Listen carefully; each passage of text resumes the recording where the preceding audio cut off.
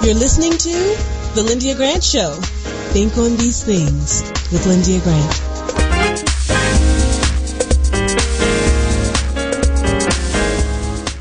Well, good evening, Radio 1 listeners. It's good to be here with you this afternoon. Beautiful day today. Probably one of our last hot days. Not hot, but very pleasant. I just want you all to tune in for the next 30 minutes. We have a very important show. We're going to talk to Dr. Julianne Malvo about politics. But before I call on Dr. Malvo, I want to just introduce to you 2nd Battalion Chief Spencer Ham. He is from the D.C. Fire and Emergency Medical Department of the District of Columbia. And he's going to be talking to us about fire safety. And I want to say hi to Chief Ham and tell him I couldn't help but thinking about you this morning. Last night I burned up my cabbage. This morning I burned up my rice. And I said, now, goodness. I'm 70 years old, so I need to pay attention to what Chief Ham. I don't care about telling it on the air. At least I haven't burnt down no home. So Chief, been here just one day earlier. Chief Ham is going to be talking to seniors. Please, you all. If any of y'all are like me, and it's only because I start working on something and forget about the stove until I smell it. So, anyway, thank you for being our guest today, Chief Ham. Thank you. My pleasure. All right, so now we're going to go to politics, which is almost just as bad or worse. There's so much going on. Dr. Julianne, thank you for walking up the hill today out there in California to talk to us and to be clear. Dr. Julianne Malvo, talk to us. Well, first of all, hi, Chief. Thanks for being with Linda, and I appreciate her candor about what she burned. I don't burn nothing because I don't cook.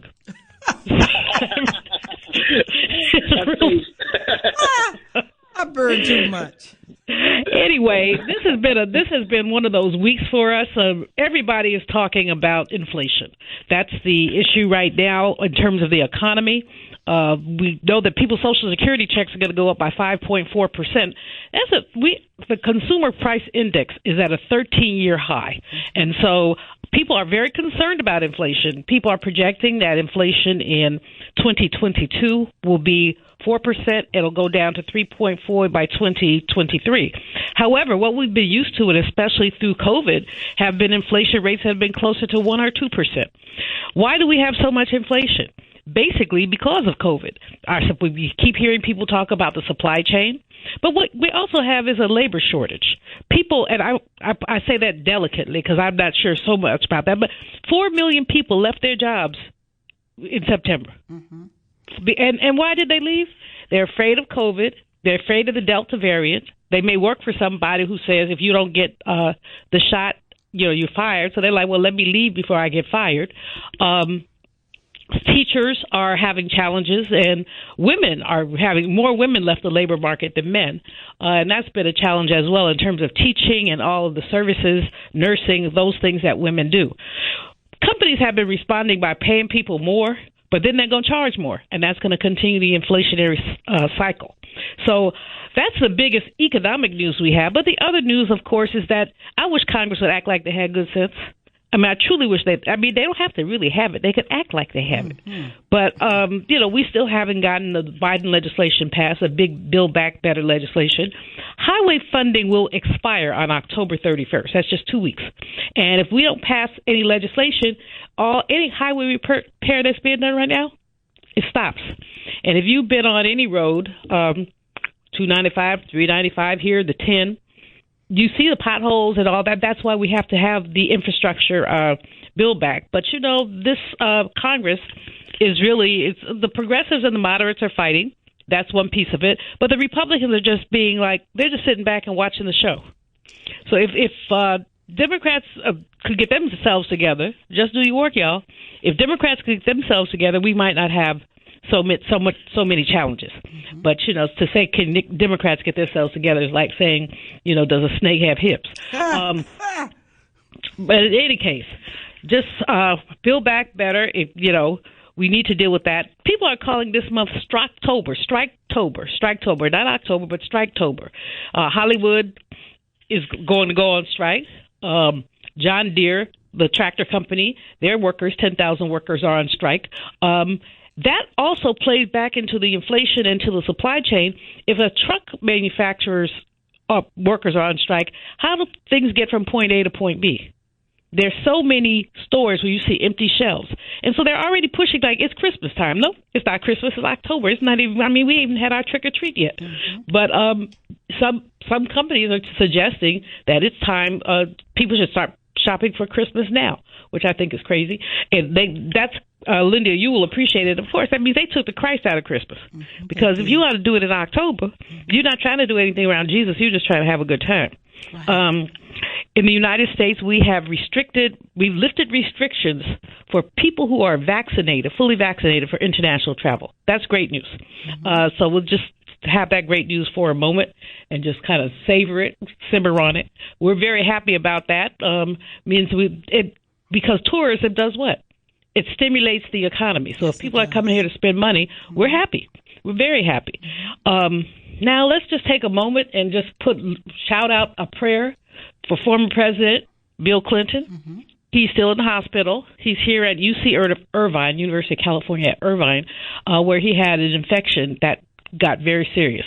We love us some Bill Clinton, so he wasn't perfect, but we do love him. Yes, we just want to lift him up in prayer. Lift him up in prayer. All of you listeners out there in this Christian radio land.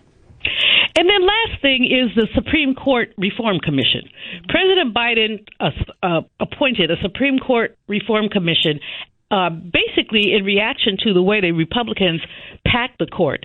That man, the orange orangutan, got 3 court appointments. He shouldn't have had 3. Merrick Garland should have been, who President Obama nominated, should have been appointed. They did all kind of dirty stuff to get, what's her name, Comey Barrett in there at the last minute, but they would not allow Democrats to get Merrick Garland in there. But in any case, the commission has been very measured, as you might expect from lawyer types. And so while many of us hope that they would suggest that the court be expanded, the commission has said, no, this is not the good time to expand the court because people will see it as partisan. So basically, there are a number of things that they raise that I think are important, but the fact that they're not interested in expanding the size of the court means that we're stuck with these 3 45 appointees or orangutan appointees. We're stuck with them. And I would suggest if I were President Biden, I'd look at the lower courts as well. Look at what's happening, in district courts, et cetera, because Mitch McConnell is trying to completely change the political slant of the judiciary. And we've seen that with the Texas abortion law, and we're going to see it more and more. But the commission has made their report. I'm not that excited about it, but it is a report. It's a baseline, if you will. And perhaps President Biden in 2023 might revisit this. He can't revisit it next year, but he can revisit it the year after. Right. So that's the politics of the day. Well, thank you so much, Dr. Julian. We appreciate you so much. We'll talk to you next week. Sounds good. Take care. All right. Bye-bye. You're listening to the Lyndia Grant Show right here on Spirit 1340 WYCB, the oldest gospel station in America. We're going to go to our commercial break, and we will be back in a moment. If it wasn't for my care coach at AmeriHealth, I probably wouldn't be so healthy right now. As a man, we don't get checkups or see a doctor regularly anyways. It's probably just a man thing because none of my partners go either. We know we should, but we just don't, and hope it works out. So what changed for you? AmeriHealth assigned me a care coach, somebody that gives one-on-one help, answer questions, explain things, and help set my appointments. She also helped me understand what having high blood pressure really means and ways to manage it so it doesn't kill me. It ain't nothing to play with. If you're a member of AmeriHealth, ask for a care coach. I'm glad I got mine. At AmeriHealth, if you need a care coach, you can have one. Just call us at 1-877-759-6224 to get connected. 1-877-759-6224. This program is funded in part by the government of the District of Columbia Department of Healthcare Finance. Mayor Muriel Bowser. Washington and former religion columnist Lyndia Grant. Who Moved My Cheese is a book about two types of people, those who accept change quickly and move on, and those who hem and haw and try to figure things out. They didn't see change coming and waste valuable time trying to figure out what happened. How did this happen to me? Let's call this group procrastinators. The lesson inside the cheese story is simple. Life is change. Brother said it best when he said, if I accept you as you are, I will make you worse. However, if I treat you as though you are what you're capable of becoming, I help you become that. We must change and keep moving. The Bible tells us to seek and you shall find, knock and the door will be open unto you, ask and it shall be given. Read more in the religion column of the Washington Informer, an award-winning African-American newspaper. We don't report crime or gossip, just positive news. Pick up the Washington Informer or visit us online at washingtoninformer.com. Call 202-561-4100 for more information.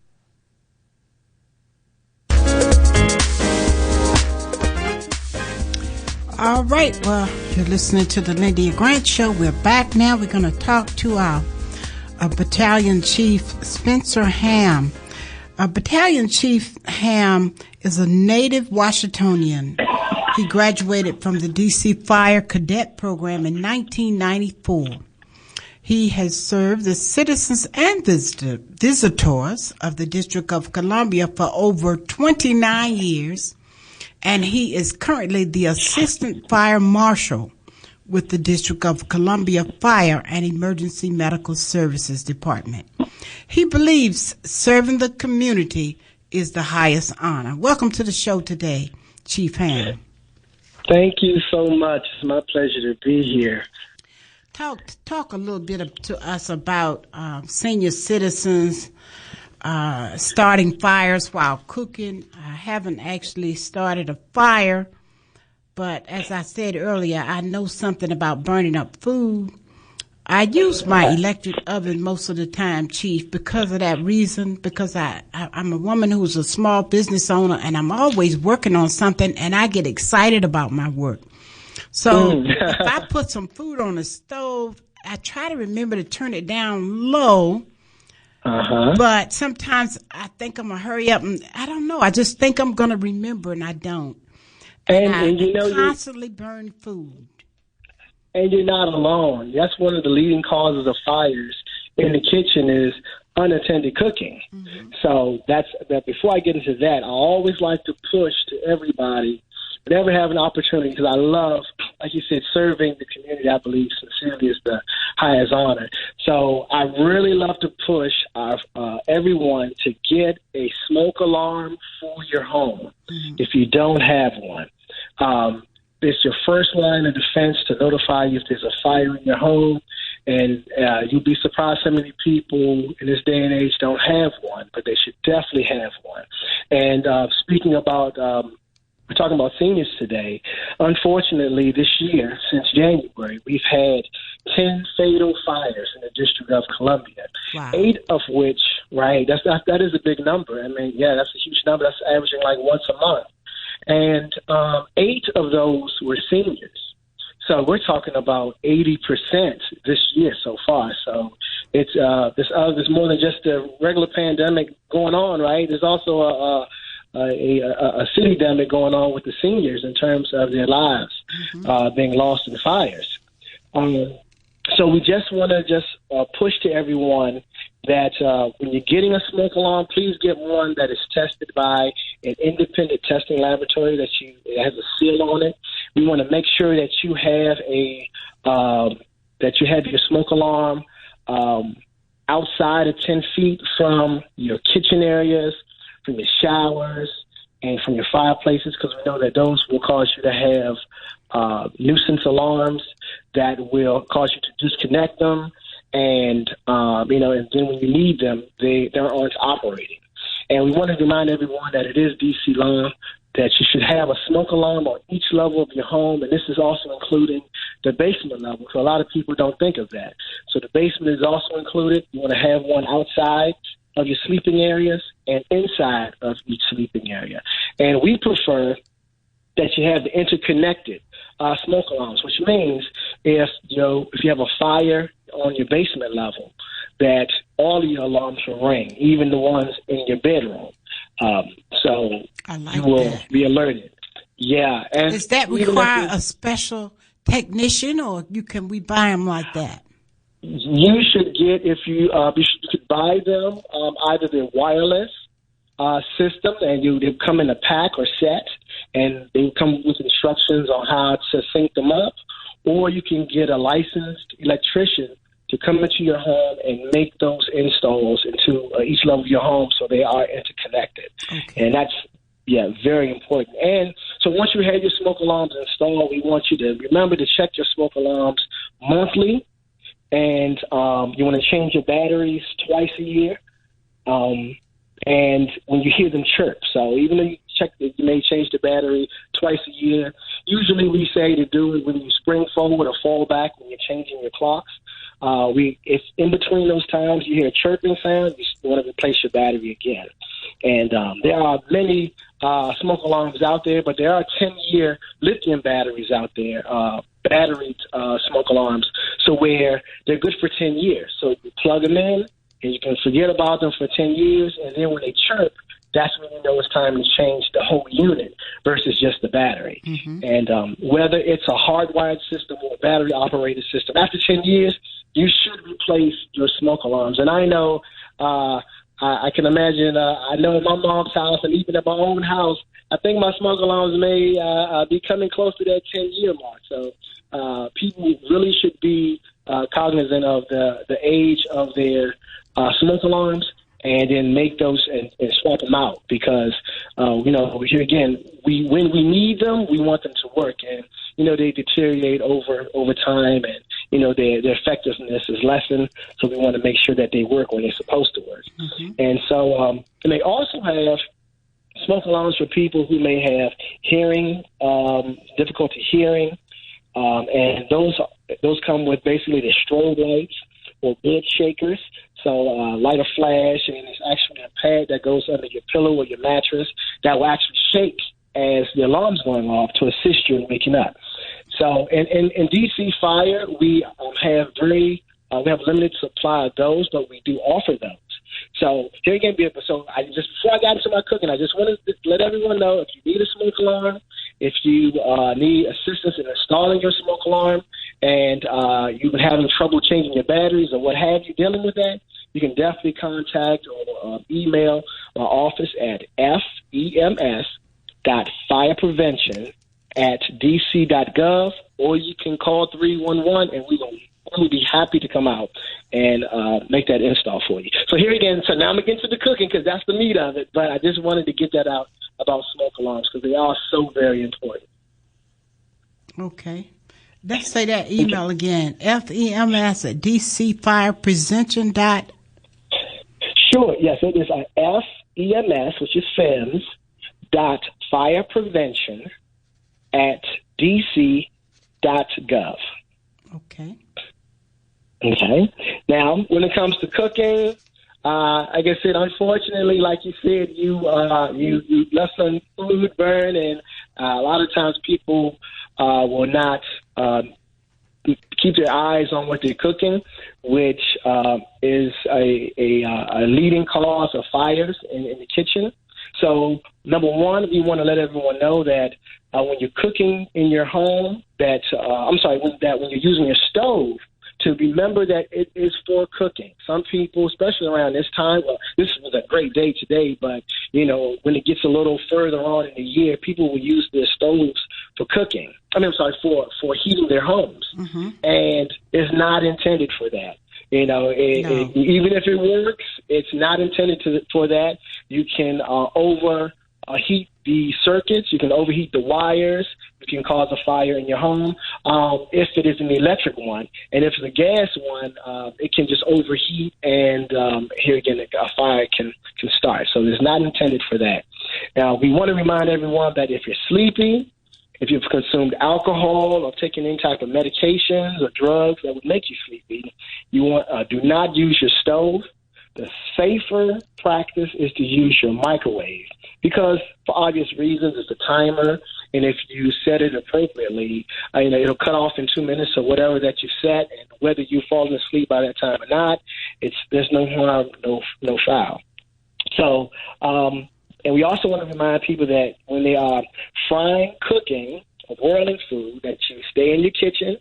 And if you have to leave out of your kitchen, remember to turn off your stove. Now, a lot of people don't want to do that because then it takes longer for them to cook, but it's just a safer practice to do.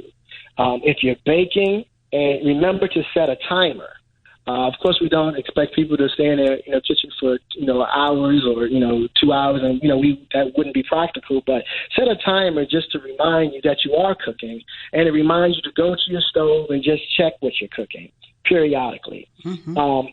Good housekeeping in your kitchen, especially around your stove, is a must. You want to make sure that you do not have any oven mitts or things that you don't even think about. Your wooden utensils, the food packaging that you've used, your towels or curtains or anything. You want to make sure that is away from your cooktops prior to and while cooking. And when you're cooking, you want to make sure that you have short sleeve shirts, a close-fitting or tightly rolled-up sleeves when you're cooking, because loose clothes can come in contact with burners. Now, whether there's a gas burner, if there's a flame coming out, or even if it's an electric burner, it can still, if your clothes come in contact with these burners, it can cause you to catch fire. And you want to remember to never use your microwave or your oven as storage. Now, some people will use like your Tupperware to throw it in their ovens, and then they forget about it. And then when they go to preheat their ovens, they're not realizing that they are basically causing their Tupperware to burn. So you want to just not even use it for that purpose because they're not intended for that. And it can start a fire too? Yes, it can. Yes, it can. It can start one in your oven. Yeah, can definitely start it. I don't do that, but I just think that probably people really need to hear that. Yes, definitely. And I must admit, before I became an assistant fire marshal or really became familiar with or even have run fire grounds I actually saw that. I wouldn't think of it. I know when I was a kid, we definitely stored stuff in the oven and didn't think anything about it, or even your microwave, and we didn't think anything about it. But you're right. I do see it as a need for people to please just know that it's not intended for that, and these things can't happen. And now when you're cooking, you also want to always keep a lid nearby. We only got 1 more minute, Chief. Okay. For this particular segment. Okay, so what I'm saying is this: that remember that when you're cooking, you want to keep a lid near you. So if there happens to be a grease fire with what you're cooking, you can easily just slide the lid over top of your food. You want to turn off the burner, and you want it to cool. You do not want to immediately remove the lid, because even though you've seen the fire die down, the heat is still there, and it's just waiting for you to let the oxygen back in to fire right back up. So we want it to cool completely when you have your after there's been a pan fire and you put your lid on top. All right. Well, that was a lot of good tips, Chief. We're going to make a copy of this show and send it out to everybody. We're going to send you one and hope that we can ask you all to send it out too, because this was some very important information, and I thank you so much for being our guest today. Oh, it was my pleasure, definitely, and I have so much more, and I hope I know you do. I get the opportunity to one day give it back to you, to come out again and. I'll have you back again, and maybe what I'll do is give you the whole show. Thank you. All right. All right. Chief Ham from DC Fire and Emergency Medical Services, thank you so much for being our guest today. My pleasure. My sincere pleasure. All right. Join me join me on Sunday at the All Nations Baptist Church, where we have live in-person worship. And then in 2 weeks, on October the 24th, we're having Women's Day. We usually have a big Women's Day with a lot of honorees and a whole lot of things, but this year we're just having a special service. So our guest preacher is Reverend Nikita D. Wilson. She's our guest preacher from native Washingtonian from Southeast. So we hope you'll join us at the All Nations Baptist Church, North Capitol and Rhode Island Avenue Northeast. Subscribe to my YouTube channel, and you will automatically receive a copy of my show every week. Pick up the Washington Informer newspaper. This week, I did a tribute to my grandfather, who is a legend. He bought 226 acres of land in 1945 in North Carolina, and our family still owns it. So read his story. Had to go to court, of course, because you know how North Carolina is. He had to fight the Ku Klux Klan and do all kinds of things, but he kept every acre of our land because of a judge. And so we just are thankful for something like that to happen in 1945. All right. Well, thank you for tuning in to the Lyndia Grant Show. We'll have a guest next week. I'm not sure who that'll be yet. I'm not looking at my list, but just know that we will be back and we'll have a good show for you. Words, thoughts, and deeds have a boomerang effect. So be careful what you send out. Scripture says, my people perish for the lack of knowledge. So think on these things from the Lyndia Grant Show. I'm your host, Lyndia Grant. Until next week, good day. Thank you for listening to the Lyndia Grant Show. Think on these things with your host, Lyndia Grant.